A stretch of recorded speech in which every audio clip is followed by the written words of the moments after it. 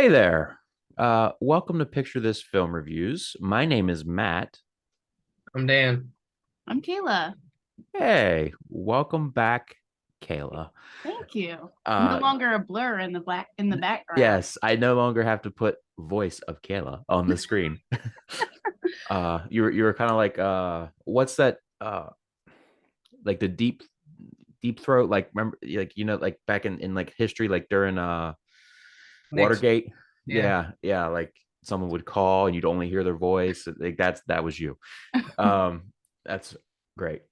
Today, ladies and gentlemen, we are here to discuss a very big uh movie, The Flash. We've been building this up on the show here. You've seen, I'm sure, the ads and the trailers for it. It's the newest release. It marks the return of Michael Keaton as Batman. Um, and we're going to go in depth of what we think about it. We watched it last night as we record this, um, all three of us. So we thought we'd hop on while it's still fresh in our brains and talk about the Flash. Um, I'm going to kick it over to Dan and Cayla first. But before we get there, I just want to preface by saying spoiler episode. If you have not seen this movie yet, do not watch this episode. There's one of two things you can do that I encourage you to do. The first one, at the same time that we upload this, we will be uploading a spoiler-free episode of our thoughts without the spoilers. So if you want to know what we think but haven't seen the movie yet, go watch that one and then come back and watch this one after you've seen it. Or if you don't want to watch that one, then just hit pause on us right now, like right here, and come back after you've gone and seen it. Yeah, go watch the movie. Um, Just pause this video, leave it on your screen. Go watch the movie. yes, Come right back and unpause. Yeah, yes. absolutely. So spoiler. That's all I can say. If you're still watching beyond this moment, it's your own damn fault. Um, so with that said, I have a lot to say about this movie, but I also am very forgetful. So I'm kicking it over to Dan. So hopefully he'll say other things that will rejuvenate my brain. Um, Dan or Cayla, what did you guys think about The Flash? And remember, we're going to do the star ratings at the end. Okay. Do you want to go first or you want me to go No, first? go ahead. Okay, so obviously I want to go first. Okay, so this is the spoiler episode. Let me see. Should I go through the 2-hour version of spoilers? You want me to recap every single thing that happened? We don't Just need the highlights. Just the highlights. Yeah. Okay, so I will say I'm not really a huge Flash fan. So going into this, like obviously comics or iterations of him we've seen growing up. So it's not, completely unknown territory here. But going into it, I was really excited because not because of the Michael Keaton aspect. Sorry, that wasn't my number one go-to, but because I really enjoyed Ezra Miller as the Flash. And I know there's been some problematic stuff with him. So this was his, coming back. I don't really want to say redemption kind of role because that kind of feels inconsiderate to the things that have happened. But so I was really excited. Like I've said, I like Ezra Miller. I loved his performance in this. I'm sorry, let me correct myself. I loved their performance in this. I think it was great.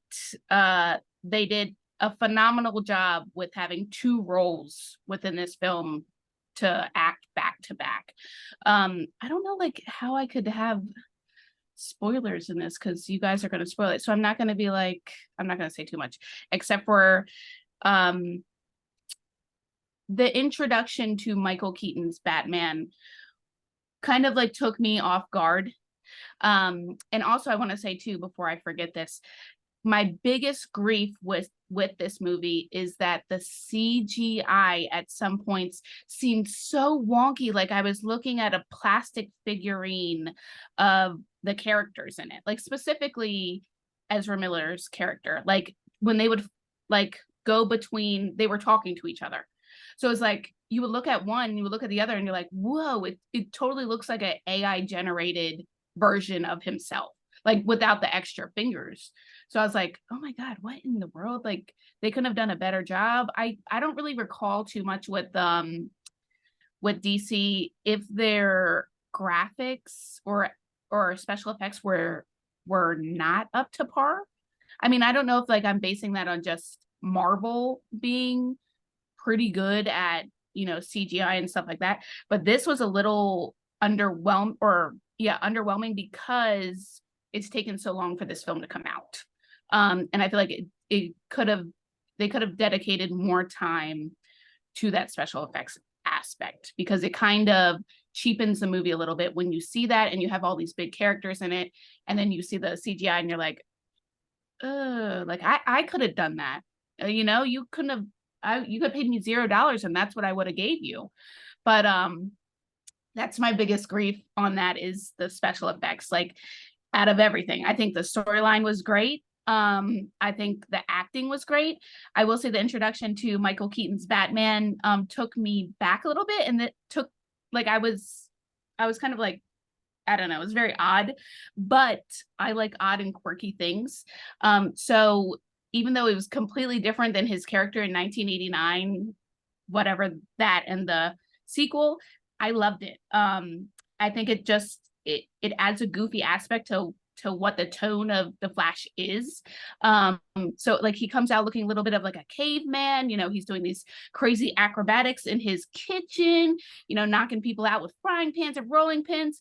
And I'm like, okay, I love this because it's goofy. It's not that serious tone that we had with 1989 as far as Batman's character. So I love that. My biggest grief, and Dan said this prior to with Michael Keaton's character, is okay. So there seems to be a little bit of continuity that they're missing, because in 1989, this man was 35 to 40 years old as Batman. Okay. He had glasses. This movie, he had no glasses. So I guess maybe he got like laser eye surgery. Yeah. Maybe he grew his hair out, got laser eye surgery, wears flip-flops now. I guess is a pro chef. But that's my biggest grief, is if like you're going, like I get you don't want to necessarily follow the exact story of that because it's not Batman's story, it's Flash's story. And I don't know if they're trying to do that from the perspective of Flash, like his perspective of seeing Batman like as this in his goofiness of a world. But I don't know. I feel like Batman should have definitely had glasses. Sweet. Yeah, that doesn't mean I'm done. Like cut me off right now. I don't know. I guess I'm gonna finish on that. I really enjoyed it. I'm not gonna give it a rating here, obviously, at this point, but whether you liked it and you gave it 1, 2, 3, 4, 5 stars, whatever you felt like, I feel like you need to see this because it is an enjoyable experience. There was nothing that I didn't find enjoyable. I mean, I think it was like what, 2.5 hours, maybe. I don't know the runtime on this, but I enjoyed every minute of it. It was a new take on considering the stuff we've seen with Marvel, and that it was goofy, it was funny, the storyline was good. I mean, I enjoyed it, and there was a moment where I was crying, and I didn't expect that out of a Flash movie. I expected to be tons of laughs, which it was too, but it was a really enjoyable experience, and I think it's something that you can come back to and watch either as a standalone or with its accompanying films, because it was enjoyable. I'm not gonna hate on it. I enjoyed it. I'll go watch it again. There you go. That's my review. There it is. You can go next. Getting right into this, I think Cayla hit one of the big highlighted points for me, the CGI. Honestly, I think that sometimes less is more, and if you want to get immersed, it's kind of hard to get that out of CGI sometimes. Like, it's not live action. It feels like it's not live action. It's all over the place in here. Something Warner Bros. Has kind of struggled, I think, with the DC universe in particular, except for their standalone movies. and really getting into that. But coming into this, I know Cayla said that she was looking forward more to anything Ezra Miller being the main focal point of this as the Flash. I did not come into this as a Flash fan. I not so much a fan, but I really didn't have a lot of background or know what to expect out of him. So more or less, I was one of the folks that came out because of the guy on that guy's shirt, Michael Keaton, making a return debut, and honestly was super excited to see him. I mean, that's been all over the place. We knew he was coming out. We knew that's what was advertised, that we were going to see somebody from the 1989 and then the sequel to that back into this, and it was super exciting. So what I want to dive into really is bringing that character back. Overall, we had, again, as Cayla said, we're reintroduced to Bruce Wayne as a loner. He's by himself. The place is overgrown. The manor's overgrown. You've got literally he's by himself, and we do know in the comics that he is a loner. We have seen him in later years in comics where he's kind of by himself. That's pretty much just his personality. For me, if this is continuity of the 1989 Batman, it's sad to me that he's literally ended up by himself. His Batcave, everything else, and Cayla disagrees with me on this, which I'm sure we can come back to, later. But honestly, to me, it just overall kind of felt they were pandering to the fans a little bit. And I hate to say that, but I mean, honestly, I feel like it was more of a name grab, like, oh, we put him back in the films, and then later, and then again, guys, if you haven't seen the movie, you stop it here. I mean, we're reintroduced to Clooney at some point. We, see all these iterations of like Superman at some point. Like, it was a lot of fan play up, and I get the whole story, like what the Flash movie actually is the Flash, I don't know, maturing to a degree. He felt that he had something to correct from his past, specifically the death of his mother, right? So he's able to, or figures out he can go back in time. The first thing he wants to do is save his mom. I guess if we were put in that same situation, that's exactly what we do. So it's not so much the storytelling aspect that's problematic for me. It's the fact that when we go back in time, we create this multiverse, and I can see what they're trying to do here. They say, okay, you go back to a certain point, not only are you changing that one specific point in history, but you can change things before and after it because time's not linear, and that's kind of the whole aspect of it. But it's like entirely different people are becoming Batman. Entirely different people could be Superman. Superman that might not exist. It's a lot that they're trying to dive into in this movie, and I think overall they did a pretty good job of putting all those concepts together. But bringing Michael Keaton's Batman into this, and I wish, and there probably is some clarification on this or not. I'm sure Matt knows if it is out there. If this is the same Batman, if this is supposed to be the same universe from our 1989, the fact that no matter what happened or what Barry did in this situation, one, the other Flash wouldn't have got made in this universe. That's something that he pushed and made. No, And that's that's not true. again the creation of the other Flash was due to him, and he No, it created the wasn't. other Flash. Oh, that's true. Okay, so he wasn't going to be inside that place, but it still could have happened somewhere else, though. But at that particular moment, he was supposed to be out on a date with a girl from earlier in the movie. He wasn't even going to be there. And then at the end of the day, no matter what he did, that Earth was always doomed. That Earth was always doomed. It didn't matter if they had busted Supergirl out or not. Like, in that moment, if she was still in that bubble, they would have still got attacked by Zod. Zod would have still decimated the military. Would Batman have even stepped up and try to stop them? No. I don't know. They might have had even a little bit longer on Earth because they didn't have her DNA at that point. Maybe it would have took them longer to get to it. I don't know. But the whole point is, I just felt like it. And Cayla got on me a little bit about this. Like, well, you can't expect all your heroes to always have a happy ending. No, but it just kind of like, if that's one of the main reasons you go out to go see this movie, that really he's just there. It really in the end doesn't matter if he was there, if he wasn't there. Okay, it was going to end the same. I'm sorry, I'm going to interrupt you for a second. So there's a thing, character growth, character development. I mean, so obviously Barry learned from this Batman that he wasn't getting from the other Batman, which he didn't have. He had a bond, he had connection, whatever. It wasn't that friendship or that father bond or whatever kind of bond, but he learned from 1989 Batman to be the person, the Flash that he is at the end of the movie, that ultimately reversed whatever, not really reversed, but kind of took back what he did in the beginning. So I don't agree with that.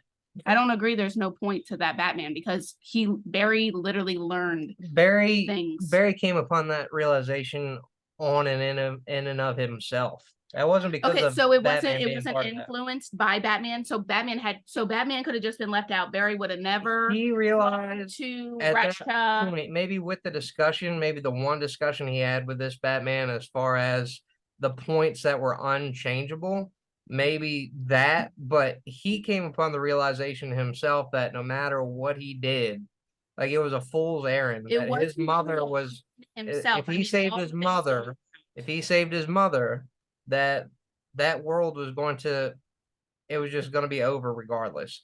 And that's the whole thing too, is no matter what he did, or even if he wasn't part of that universe, if he'd never time traveled, like I still have this theory that all these other worlds still exist, all these other multiverses. We saw it. Like they did bring in the artwork, the spheres, all these other places crashing into each other, the different timelines.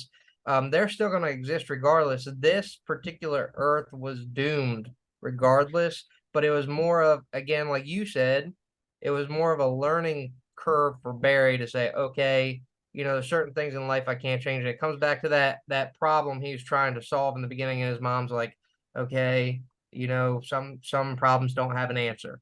But again, did Batman have to necessarily be part of that? It's cool that he was. I just think it was kind of, again, more playing to the fans. Did I appreciate it? In parts, yes. It was great to see him.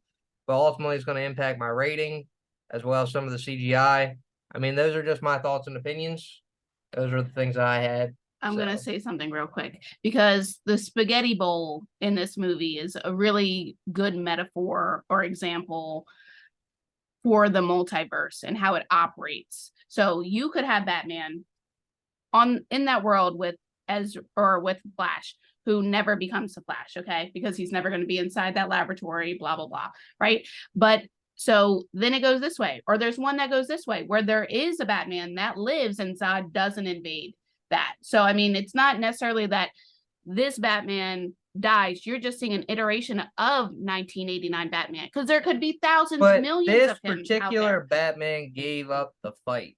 And in the end, he came back because Barry intervened. Okay, no. Yes. No. He was not. No, he had retired the Batcave. We saw the cobwebs of the Batcave. Okay, he was not coming back to fight Zod. There's a difference, because you're saying, first of all, you just contradicted yourself. You said he gave up the fight, and then you said he retired from the fight. Okay, he literally says in the movie that there was no more crime, that it was a peaceful world where Batman didn't need to have to fight and protect the people. Well, that's the point too. So he didn't give up. If we're talking about this Batman, though, this Batman was singularly interested in protection of Gotham over protection of the world, where the Justice League Batman is more of an all-encompassing, like, we're here to save the Earth. We're protectors of the Earth. That's like the whole thing. So again, in that point, he felt his job was done because Gotham no longer has crime. It's one of the safest cities in the world at this point, right? And good for him. Like, we can explore that further, but ultimately, if Zod showed up, would he have donned the cape to try to save the world by himself? I feel like in the end, the only part that I liked about this story arc is he sacrificed himself every single time to try to just do something, to make some kind of difference. Like in the end, he knew that what he did, like his sacrifice, that's all he could do. In the world. That's all he could give. So that was a big part for me there. And one of the most redeeming part about that character was he came back. He did all he could. He poured his whole heart, effort into it. But as far as that, he wouldn't have done it if the Flash didn't come back. How do you know that? How do you literally know that? It was literally popping up on the news, and he just was going to chill out in his. Yes, it was all over the news in his universe that the spaceship had appeared. Okay. and he's just sitting there. I mean, he's in his kitchen. He's in flip flops. He's got a full beard going. He's not donning the suit or going back in there. He only went because of the Flash coming into that universe. It's the only reason. So he did have a purpose. So there was a purpose then. Sounds like a I think we purpose to should me. kick it over to Matt because apparently we're Sounds like a purpose to me. Okay. Oh my. Okay. Debatable, obviously. So there's, I mean, we could spend an hour on this, I think. God bless you all. I didn't think it was that and I mean I didn't think it was yeah, I just was having fun. I just thought this was a fun movie. I wasn't trying to overthink it. I wasn't trying to pick out plot holes or why not Michael Keaton or why, I just was there for the fun. Um I If you had told 5-year-old me or 15-year-old me or even 30-year-old me that I'd be watching my childhood Batman in the movie theater in a new movie as Batman, I wouldn't have believed you. So it was very surreal. Uh, with that said, I loved this movie. Um, Was it a perfect movie? No. Did I have extremely high hopes? Like were my hopes up here just like barely off screen? And then once I watched it, I was kind of like, oh, okay. Yes. Um, but but in other ways, it was everything I wanted it to be. Um, Michael Keaton is Batman. Everything he did in the suit in the movie, I wasn't crazy over the when we first see him. We're introduced to this guy as they met as Dan and Cayla mentioned. His hair's grown out. He's got a beard. He's retired. He's long since retired. Gotham is safe. He's Gotham doesn't need a Batman. And I wasn't crazy over that look for him, but thankfully it didn't stay very long. Um, like Cayla said, I'll agree. Glasses would have made sense, at least in that particular scene, even if, it wouldn't have been the same look as 89, but at least, like, okay, he's got glasses. He's an old man now. He's in his 70s after all. But once he donned the bat suit, it was everything I wanted it to be. There was moments where I was toward the end of the movie, I was like, okay, like I kind of knew where my brain was with this movie overall. And I had to like just make myself not take a literal step back because I was in a seat, but I had to mentally take a step back and be like, Matt, quit trying to pick this apart. You're watching Michael Keaton as Batman in 2023 in the movie theater in a brand new movie. And then I just had to just take all that in and just appreciate it for what it was. Something that we could maybe get again in a sequel, but this is potentially, especially with all the James Gunn, taking over and changing things, this is potentially it as far as Keaton goes, especially with how this movie ends. Like could be the last time we see him in a bat suit. But with all that said, make no mistake, this is a Flash movie, not a Batman movie. Ezra Miller owns this movie. He was by and far the standout for me. I laughed so many times during their performance. And I just didn't I expected Ezra Miller to be great. I didn't expect Ezra Miller to be this great. He carried the movie. They carried the movie. I'm sorry. They carried the movie. Um, their performances of both versions of Barry were unique. They were totally different. Obviously, the hairstyle was different, so you could tell which one was which. But even if they had the exact same hairstyle, they played them well enough that I would have still known which one was which. One was kind of goofy teenager, like, that laugh that he kept doing, killed me. And then the other one, because of the circumstances, because of age, because of Keaton, because of Affleck, because of experience, he was older and mature. Not only was he more mature in general, but I think this, as mentioned, I think also helped mature him even more. Um, Supergirl, Sasha, I don't know how you say your last name, Callie, I don't, Supergirl actress. Uh, I thought she was badass. I wish she had been given just a little bit more to do. I don't know. Like, it just seemed like she was just kind of there because we couldn't get Christopher Reeve to be there. Who I felt like if Christopher Reeve were still alive, would he have been in that place instead? Like, I think it would have been awesome. Um, but I think it's just, she was just kind of there to represent the Superman of that universe, which I didn't mind. I just wish they'd given her a little more. And then the cameos. There was a ton of cameos in this movie, and I'm going to spoil them. Dan already mentioned a couple of them. Everything from Gal Gadot's Wonder Woman, which I was not expecting to show up when that Wonder Woman theme music started playing, and the lasso, and I was like, oh, okay. Like, I kind of popped. I was like, oh yeah, like Wonder Woman's in this. I love that piece of music. That's her theme, by the way. It's like one of my favorite things to come out of the Snyder universe. It's such a cool tune. So when she showed up, I was excited. Ben Affleck is in this. He's not a cameo. He's in the trailer, but he's just a hair more than a cameo. Like, you blink and you almost miss him.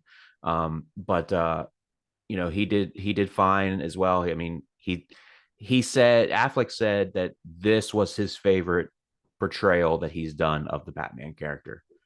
I did get a sense that he was way more comfortable this time around. So I think that has something to do with it. But was this my favorite of him as Batman? No. Um, uh, what else? So cameo. So then we really don't get a cameo again until more than halfway through the movie, when Barry is looking at all these different. So he goes back in time to save his mother, right? And kind of like they mention it several times, kind of like the butterfly effect or Back to the Future. There's a whole Back to the Future ongoing running joke about Eric Stoltz versus Michael J. Fox.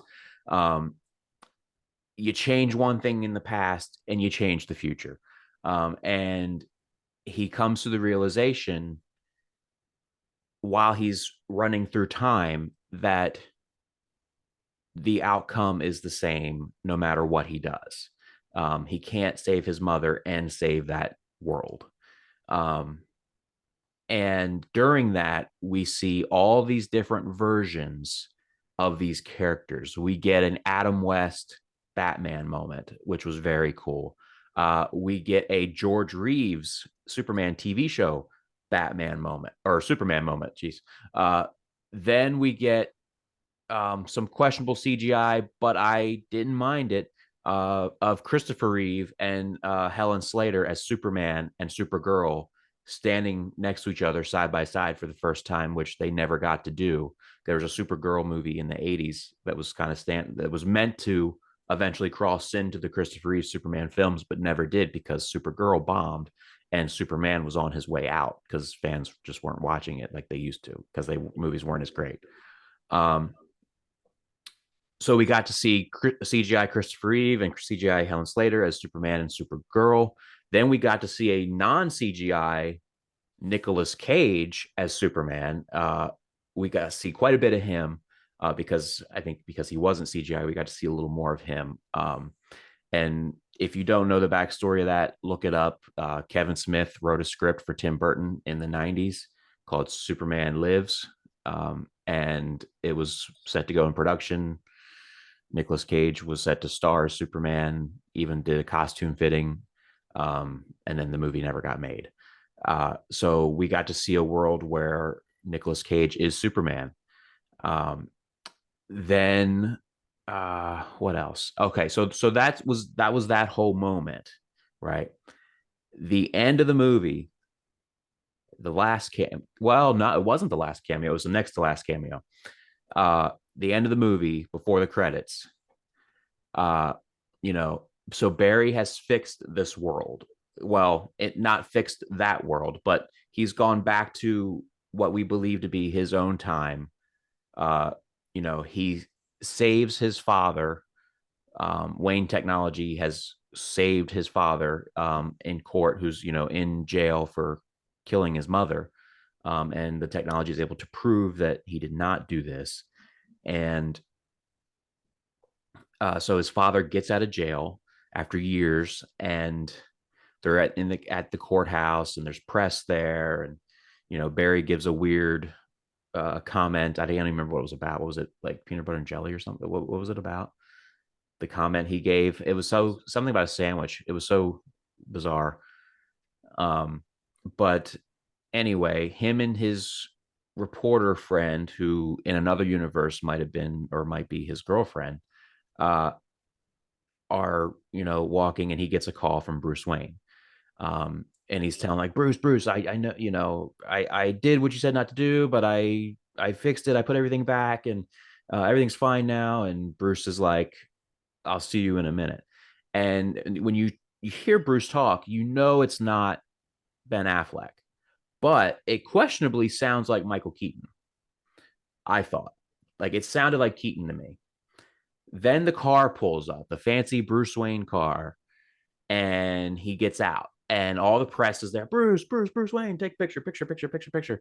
We can't see whose face is, and we start hearing Danny Elfman's '89 Batman music in the background, kind of building it up, the bum, bum, bum, bum. And you're like, oh, it's Michael Keaton. Like, this is how there, which I'll get to this in afterwards. But like, you're thinking, oh, so Michael Keaton is still alive, because spoilers, in that other world that Barry saved his mom, Keaton's Batman and the whole entire rest of the world perishes no matter what. So Keaton's Batman does die. But so you're like, okay, Keaton's alive in this universe too. And then the crowd parts. Uh, do you have? No, I'm not going to say. I was going to drop an F bomb, but I won't.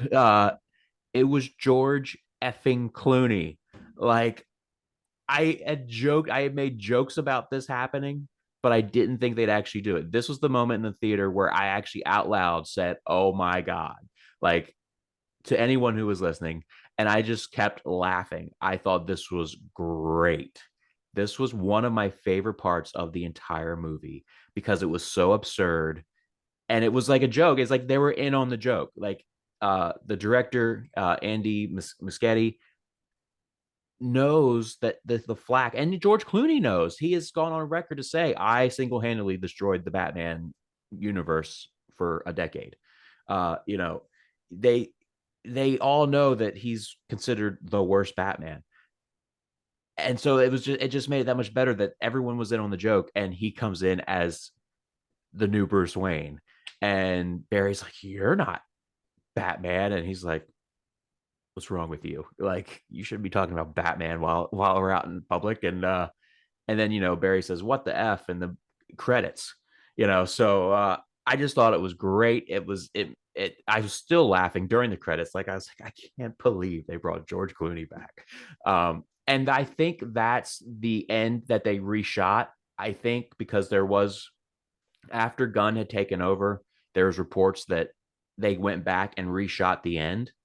I truly feel that that's the ending they reshot. I think the original ending was supposed to be Keaton getting out of that car, because we had heard that Keaton had signed on for like 5 movies and was going to be the Batman of this universe. So that would have made sense, and especially since they had his music playing. Now it's a cool little tease, because you think it's going to be him, and it ends up being George Clooney. But I think originally it was meant to be Keaton, and I think they did their little magic and got George Clooney to come in for a brief cameo and change the ending, which I liked. I thought it was great. I thought, if we're not getting Michael Keaton back anymore, then this ending is fine with me. Um, that's all I got to say for now. I had a fun time with it. I didn't overthink it. I didn't read too much into it. I just took it for what it was. which is a fun summer blockbuster movie. I think this is a summer blockbuster.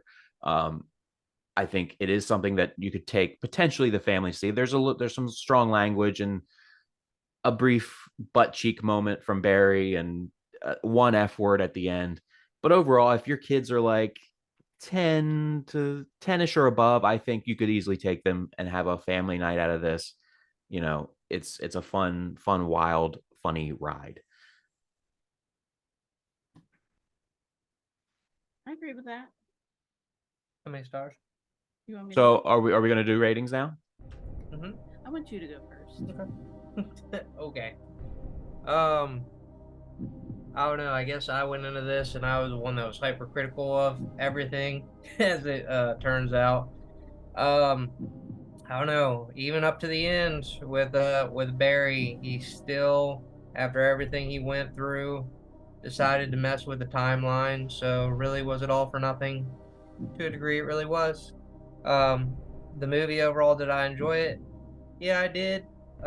Just put a little bit of pep in. You're sounding so So, anyways, out of 5 stars, I'm dead set in the middle of this. It's a 3 for me. I could watch it again, but it's not my all-time favorite movie. Again, it was great to see Keaton. I don't know. I guess I went in with too high of expectations, and that's all fault of mine. And I would recommend that you go see it, make your own judgments. But that's where I'm at. You want me to go next, Matt? Yeah. Okay. So I want to say, yeah, it's a very fun movie, and I think that's the way you should go into it. It shouldn't be analyzing it for whatever, because that's not the goal of it. Like we've said, it's not Batman's story, it's Flash's story, and that's the perspective you have to take. Is Flash is this goofy young kid, so go in it. He's learning as he's going. And it was a fun ride from start to finish. And I would give it a 4. And my only reason I'm giving it a 4 and not a 5 is because of the CGI. I think if the CGI was just a little bit better, it would have got a 5 for me. And I honestly want to go watch it again because I had that much fun. Like, I was laughing. There were so many times where you're seeing Barry on screen do these wild things, and it's both Barrys. Like, they played off of each other perfectly. It was like siblings, like watching siblings do dumb stuff together. And I think that's like, I'm just watching it as a sibling and I'm like, oh my God, like I could see us just being so absolutely stupid like that. And it was, I really, really, really enjoyed it. And I was surprised. And I think calling this a blockbuster is a true word for it, because it is. And I will be sad if this is the last film they come out with having Ezra Miller play the Flash, because they bring such a good, goofy, but strong performance to this character. And that's what it needs to kind of level out the Justice League. So I agree. I'm also 4 stars with it. I was really back and forth with between 4 and 5. The CGI didn't bother me. I know a lot of people online, and as you mentioned, it's getting to a lot of people. I mean, it's noticeable. You can't not notice it. It is like bad enough that you can't not notice it. But it didn't bother me. The reason, I don't know if I have one reason. I think the CGI plays into a part of it, but I mean, I can't even say, like, usually sometimes I'll say, well, it didn't grab me emotionally, like it didn't make me cry. This made me cry as well. There's a moment where I meant to even say this. There was a moment where, and it's the same moment where Barry is saying goodbye to his mom after the realization that there's no world in which he can save her. And he goes to tell her bye. Like, he meets her in the store, and she doesn't know that who he is, and they're exchanging words, and he slows time down, and it was gut wrenching a little. And I had Dan on one side of me, and I had this kid, probably 16 or 17 years old, on the other side of me. And as the scene's playing out, like, I start crying, like water's running down my eyes, but I play it like I'm sitting here like this. I'm not going like this. I'm not trying to sniffle, because I'm not trying to give it away that I'm crying in a packed theater. Well, then I suddenly see the kid next to me on my left start going like this, wiping his eyes. And then a few minutes later, he's like wiping his eyes still. And I'm like, okay, it got the 16-year-old over here. So then I like wipe my eyes. I'm like, okay, we're good. We had like a little crying bonding moment over this. It was really good. Anyway, that went off on a tangent.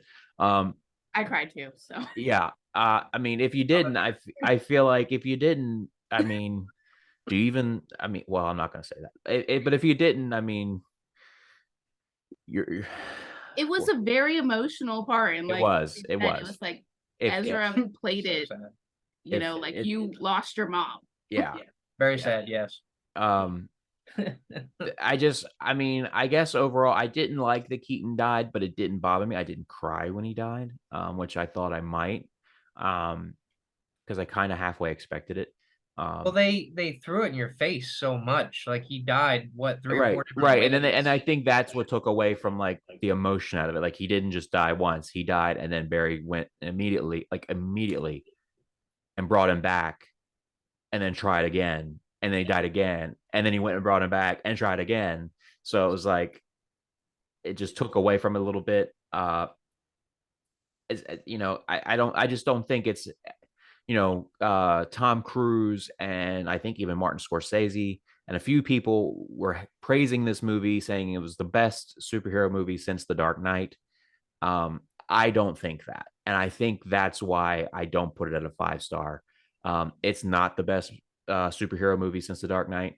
Um, in fact, I wouldn't even say it's the second best superhero movie since The Dark Knight. I think we've seen mostly on the Marvel side, but I think we've seen far better movies than this since The Dark Knight. Um, did you want to say something? Oh, I was just gonna say with DC, I think out of DC's collection of films, like they've put out within the past 10 years, that it's a solid movie. I would maybe agree with that. Of the DC side, a case could be made since The Dark Knight. But superhero movie in general, overall, No. no. I don't know, man. I'd even put like Across the Spider-Verse like way above this, leaps and bounds. And I haven't seen that. I agree Beyond with that. watching your review, I haven't seen that. But No, that's I a mean, good one too.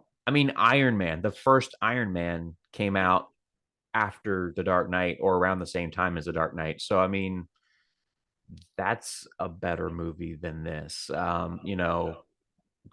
Uh, I think it's worth saying though, I think we're all excited to see what's going to happen now that James Gunn's at the helm because we know that he has experience in building universes and part of the big part of the multiverse, especially like Guardians of the Galaxy and whatnot. So looking forward to see him play an active role in studios. I'm just gonna say, like if you're comparing it to like cinematography and things like that, like a script being written and it's perfect, then yeah, I would say this compared to The Dark Knight, yeah, it's there, it doesn't hold, a candle to it, whatever, it doesn't stand a chance. But I think, there's now we're into 2023 and this is what 18 years later, 17 years later from The Dark Knight. And it's kind of like, now we don't just have that dark, grungy type of the superhero film, whatever kind of film.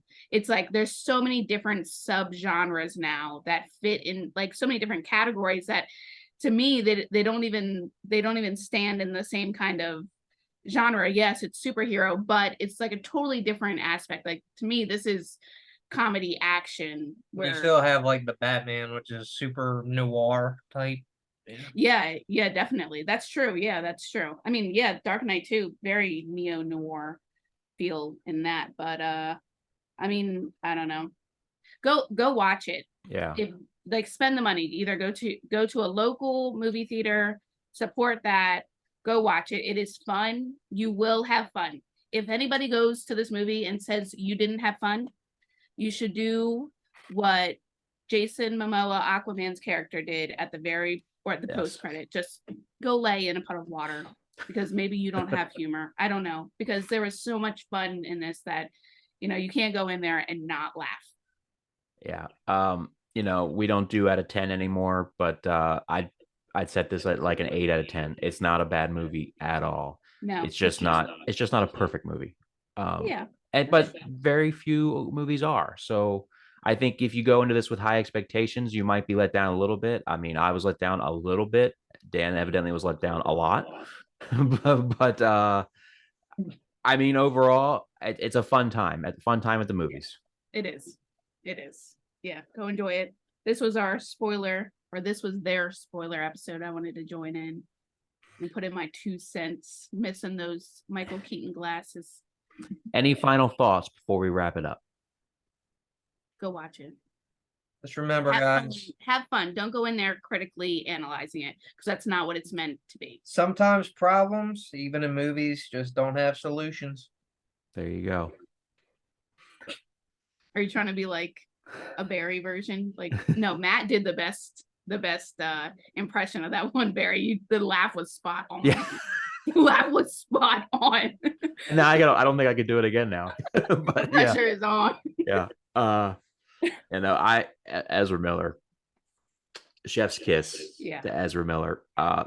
Say what you will about them and their personal life, but I mean, I've always said from the beginning, whether we're talking about Ezra Miller or whether we're talking about Roman Polanski or Alec Baldwin or whomever, I look at the artwork separate from the person.